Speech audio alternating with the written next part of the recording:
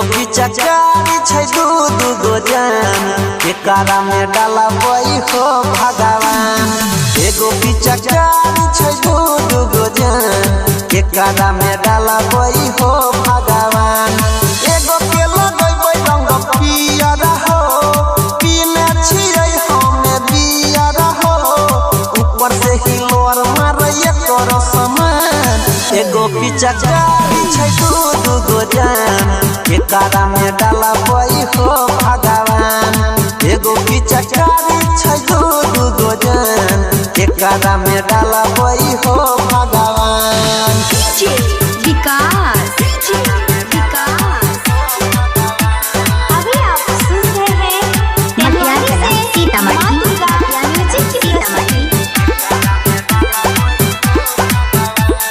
केकरा लगैयै अबीरा केकरा लगैयै रंग हो कैसे के जान बचैयै हो देवता होलियो में करै छै तंग हो।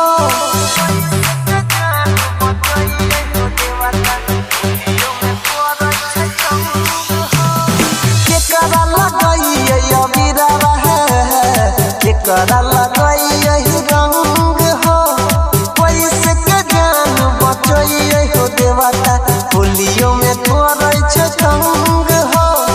रंग चुआई के गोली कोड़ देबै जहान केकरा में डालियै हो भगवान। एगो पिचकारी छै दू गो जान एकरा में डालबै हो भगवान। एगो के लगबै रंग पियर हो पीने छियै हमे बियर हो ऊपर से हिलोर मारै एकर समान। एगो पिचकारी छै दू गो जान एकरा में डालबै हो भगवान। एगो पिचकारी छै दू गो जान एकरा में डालबै हो भगवान। विकास अभी आप सुन रहे हैं सीतामढ़ी।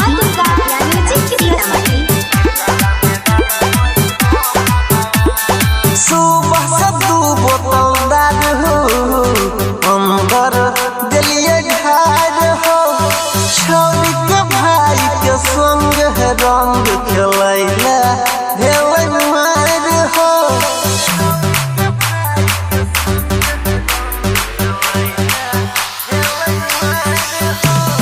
सुबह से दू बोतल दारू देलिए हमे ढार हो छौरिया के भाई के संग रंग खेलैला भेलै मार हो।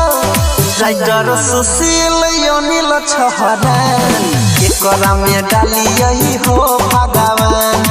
एगो पिचकारी छै दू गो जान एकरा में डालबै हो भगवान। एगो के लगबै रंग पियर हो पीने छियै हमे बियर हो ऊपर से हिलोर मारै एकर समान। एगो पिचकारी छै दू गो जान एकरा में डालबै हो भगवान। एगो पिचकारी छै दू गो जान एकरा में डालबै हो भगवान।